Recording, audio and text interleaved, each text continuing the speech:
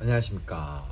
제가 최근에 제 단골분한테 어떤 요청을 받았냐면 남편분이 곧 수술을 앞두고 있다고 해요. 물론 이제 어떤 장기 이식 같이 가족분한테 이식을 해줘야 되는 경우가 있어서 수술해야 되는데 이때 어떻게 해야 되냐는 요청을 받았어요. 아마 이런 상황은 아마 살다 보면 가족분들 또는 내가 그런 일을 겪을 수가 있죠. 또는 내가 말 그대로 다쳐서라든지 어떤 이유 때문에 수술을 받는 상황도 있을 수 있잖아요. 그래서 이럴 때 도움이 되는 영양제를 소개하려고 오늘 갖고 왔습니다. 아, 우리가 수술이라는 것 자체가 굉장한 스트레스잖아요. 그런데 이게 단순히 정신적 스트레스만 말하는 게 아니고 칼을 댄다는 것 자체는요. 사실 우리가 갖고 있는 몸에다가 칼을 대지 말라 이런 말은 많이 있잖아요. 유교적인 관점부터 시작해가지고. 근데 그런 관점을 넘어서 칼을 대는 순간은 우리 몸은 어떻게 되죠?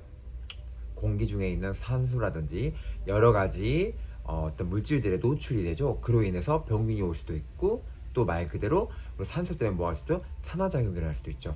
그러니까 결국은 뭐냐면 칼을 대는 순간은 뭐냐면 내 몸이 잘라지면서 그 안에 있는 조직도 파괴가 되고 그리고 얘네들이 다시 복구를 한다 하더라도 굉장히 몸 자체가 느꼈을 때는 굉장히 큰 스트레스로 작용을 하게 됩니다. 그래서 이럴 때 꼭 먹어야 되는 굉장히 도움이 되는 영양제가 뭐냐면 바로 요거예요. 제품은 아셀치온이라고 하는데 중요한 건 여기 있는 성분이겠죠? 셀레늄이에요. 셀레늄 중에서도 뭐냐면 이거 같은 경우에는 뒤에 보시면 아셀레산 나트륨에 되어 있어요. 무슨 말이냐면 셀레늄은 아마 다 들어보셨을 거예요. 뭐 비타민 먹을 때 종합 비타민 속에도 셀레늄이 들어있고 하는데 이런 제품 같은 경우에는 셀레늄만 단독으로 들어있는 제품이에요. 왜 셀레늄을 단독 요법을 쓰냐면 셀레늄이 아시는 분들 아시겠지만 굉장히 좋은 항산화제인데 셀레늄 같은 경우에는 이 갑상선 질환에도 굉장히 많이 써요. 갑상선 저하나 항진증이 있을 때는 반드시 먹어야 될 영양제가 바로 셀레늄이에요. 셀레늄이 들어가야지만 갑상선 효소가 T4가 있고 T3라는 게 있어요. 얘가 바뀌어야 돼요. T3라는 거. 이걸 바꿨을 때 도와주는 게 DI라는 게 효소가 있는데 이 효소를 도와주는 게 셀레늄이에요. 그래서 갑상선 환자는 무조건 먹어야 돼요. 그리고 암 환자분들은 병원에서 많이 추천을 받아가지고 이 셀레늄 드실 거예요. 암세포 같은데 이걸 잡는데 도움이 될 수 있는 비타민 중에 몇 가지 안 되는 거, 무기물 중에 안 되는 게 바로 아셀치온 같은 이런 셀레늄이거든요. 셀레늄 자체가 림프라든지 NK세포라든지 말 그대로 우리 몸에 있는 면역 물질들을 활성화시켜요. 그래서 면역 올리는데도 큰 도움이 됩니다. 그리고 아까 말씀드린 것 제가 뭐라 했죠? 셀레늄 자체가 굉장히 좋은 항산화제라 했잖아. 항산화제가 말 그대로 어떤 세포 같은 게 칼이 됐던 간에 파괴가 됐든지 어떤 뭔가 문제가 일으켰을 때 산화작용이 일어나는데 그거를 다 막아주는 거예요. 그래서 결국 세포를 보호하는 효과가 있다는 거죠. 자, 수술을 한다는 이런 큰 상황이 왔을 때는 우리 몸이 말 그대로 파괴되는 엄청난 스트레스죠. 그래서 이럴 때는 우리 몸에서는 여러 가지 물질들이 나오는데 그 중에서 가장 안 좋은 물질 생성되는 게 바로 활성산소예요. 산소가 우리가 말 그대로 숨 쉴 때는 굉장히 중요하지만 이런 예외적인 상황이 있을 때는 그 산소는 뭐 하냐면 우리 몸을 공격하기도 합니다. 이게 바깥에서 공격할 수도 있고요. 안에서도 공격할 수 있어요. 그래서 산소가 우리에게 무조건 도움이 되는 건 아니고 활성산소라는 거는 말 그대로 파괴를 하는 거예요. 물론 그 점을 이용해서 활성산소 같은 이런 파괴적인 성질을 이용해서 일부러 균을 잡는 데도 쓰기도 해요. 근데 단면이 있죠. 뭐 균을 잡으려다가 우리 몸에 있는 정상적인 세포도 죽일 수가 있죠. 그러니까 과산화수소의 원리가 그런 건데 활성산소 같은 게 일어나면서 이 산소가 박테리아나 병균을 죽이기도 하지만 과산화수소에 있는 그 활성산소를 이용하면 정상적인 세포도 파괴하기 때문에 과산화수소를 너무 남용하지 말라 이런 말 하는데 그 말도 이런 이유 때문에 나타나는 거예요. 여하튼 간에 우리가 수술을 하게 되는 이런 상황이 왔을 때 우리 몸을 보호하기 위해서 굉장히 중요한 활성산소, 이런 활성산소를 막기 위해서 항산화제가 필요한데 그때 바로 먹는 게 이런 셀레늄이에요. 셀레늄은 참고로 두 가지 버전이 존재해요. 무기 존재가 있고 유기로 된 게 있어요. 근데 보통은 이 제품도 마찬가지지만 무기 셀레늄을 씁니다. 왜냐면 무기셀레늄이 유기셀레늄에 비해서 몸에 축적되는 게 좀 덜해요. 반감기가 짧기 때문에. 그리고 우리가 아까 말했던 항산화력이라든지 면역 같은 반응에도 유기보다는 무기 제품이 좀 더 효과가 좋다고 나와 있어요. 그래서 보통 시중에 나와 있는 셀레늄을 보면 무기 셀레늄이 좀 더 많은 편이에요. 그리고 셀레늄 같은 경우는 함량도 궁금하실 건데, 보통 알데이, 보통 하루에 섭취해야 될 필요 권장 섭취량은 55 마이크로그램으로 봐요. 그런데 보통 우리가 암이라든지 어떤 면역 물질 이런 목적을 갖고 먹을 때는 100에서 200 정도 사이를 먹으라 그러고요. 그리고 400에서 500까지는 하루 최대 용량치로 봐요. 이거는 데이터마다 약간씩 다르지만 보통 400에서 500 사이로 봅니다. 근데 만약에 600이라든지 1000 단위가 넘어가게 되면 부작용이 나타날 확률이 커져요. 그리고 만약에 5000ml를 먹었다, 5000 마이크로그램을 먹었다, 5000 마이크로그램 정도를 먹게 되면은 그때부터는 셀레늄 중독증이라 해서 문제가 좀 더 커지게 됩니다. 그래서 보통은 셀레늄의 정해진 용량 내에서 먹게 되는데, 나타나는 부작용을 보면 흔하게 나타나는 게 속쓰림이에요.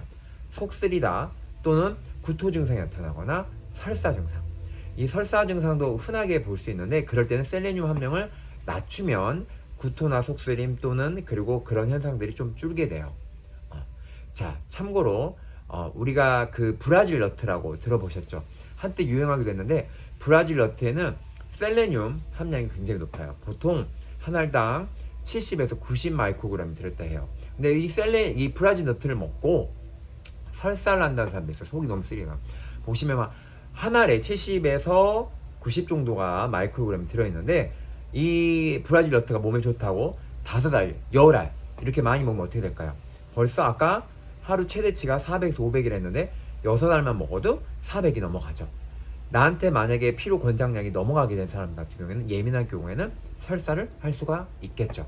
그래서 브라질 너트가 몸에 좋다 이런 식으로 홍보를 한다 해서 무조건 많이 먹을 게 아니고 한 알이나 2알 정도 이렇게 적절하게 내 몸 상태를 보면서 조절하시는 게 좋습니다. 자, 그러면 제가 이 단골분의 요청이 있을 때 이 제품을 어떻게 먹으라 했냐면, 이 셀레늄 요법 같은 경우에는 사실 50대나 60대 약사님들 중에도 치염내가 있는데 본인 치염내입니다. 예를 들면 본인이 수술을 해야 되는 상황이었는데, 이런 무기셀레늄 같은 경우를 어떻게 먹었냐, 보통 수술을 앞두고 전후로 해서, 아까 권장량이 만약에 이 제품 같은 경우는 125 정도 되거든요. 125 정도면 한 알이나 2알 정도 먹으면 유지요법이잖아요. 근데 그렇게 먹지 않고요, 보통 수술 전후할 때는 한 1000 정도로 굉장히 올립니다. 실제로 문헌에도 보면은 내가 어떤 특정한 목적을 갖고 있을 때, 결핍증이 있다든지 이럴 때는 1000이나 2000 정도로 일시적으로 올렸다가 딱 중단을 한다든지 해서 용법을 하는 게 있어요. 그래서 실제로 치염내를 보면 약사님들 같은 경우에도 수술을 앞두고 전후로 해서 10알이라든지 어떤 많게는 20알까지 먹어서 갑자기 용량을 올리고 수술 끝난 후에 하루 이틀 정도 유지시켜주고 다시 유지요법으로 확 낮춰서 간다든지 하는 분들이 계시는데, 보통 후기들이 뭐라고 하냐면 보통 수술하고 났을 때 나오는 후유증 같은 게 있는데 굉장히 적다고 말을 해요. 그리고 이거는 꼭 저희 업계인 약사님들 뿐만 아니라 의사분들 중에도, 본인 치험내 중에도 이런 요법을 얘기하시는 분들이 종종 계십니다. 그리고 저 같은 경우에는 우리 단골분한테 어떻게 말씀드렸냐면, 이걸 수술 전에 먹게 하면은 안 맞을 수도 있잖아요. 속이 쓰릴 수도 있고. 그래서 보통은 제가 지인들이라든지 단골분들한테는 어떻게 말씀드리냐면, 초반에 한 알씩 먹으면서 적응을 시킵니다. 그리고 그 수술 날짜가 잡혀 있다고 하면 저 몇 주 간격으로 했을 때 용량을 증가시킵니다.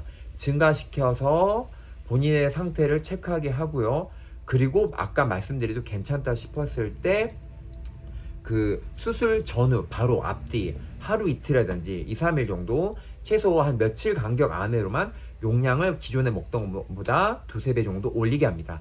그리고 나서 수술이 막 끝나고 났을 때도 2-3배 정도는 용량을 유지하다가 다시 내려가게 합니다. 보통은 무기셀레늄 아까 말씀드린 것처럼 며칠 정도 지나면은 보통 반감기에 의해서 좀 또 빠져요.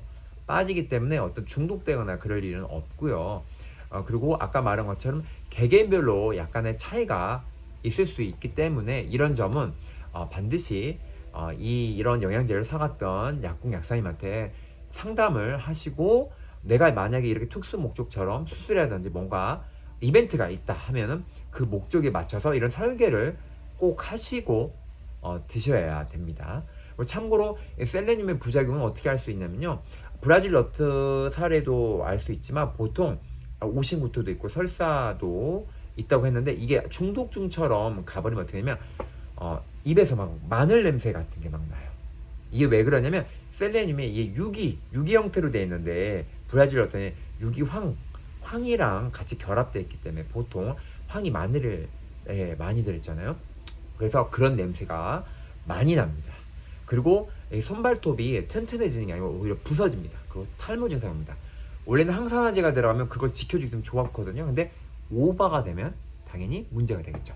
그런 현상들이 나타나. 근데 보통은 그 정도까지 먹는 분들은 거의 없습니다. 암 환자분들도 그렇게까지 용량 올려서 먹진 않고, 아까 제가 열알 정도 올려 먹는 수술 전을 하더라도 1000에서 2000 정도밖에 안 되고, 일시적으로 먹다가 며칠 정도 먹다가 길어봐야 일주일이고, 그 안에 먹고 다시 기존 용량 확 줄여버리기 때문에 중독 증상이 나타날 확률이 좀 적죠.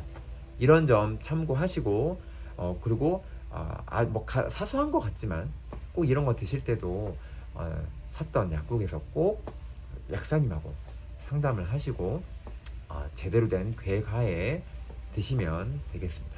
오늘은 제가 수술 앞두고 있으신 분들한테 도움이 될 수 있는 영양제 여러 가지가 있는데, 그 중에서 이 셀레늄 편 알려드리고 오늘 마치겠습니다. 다음에 뵐게요.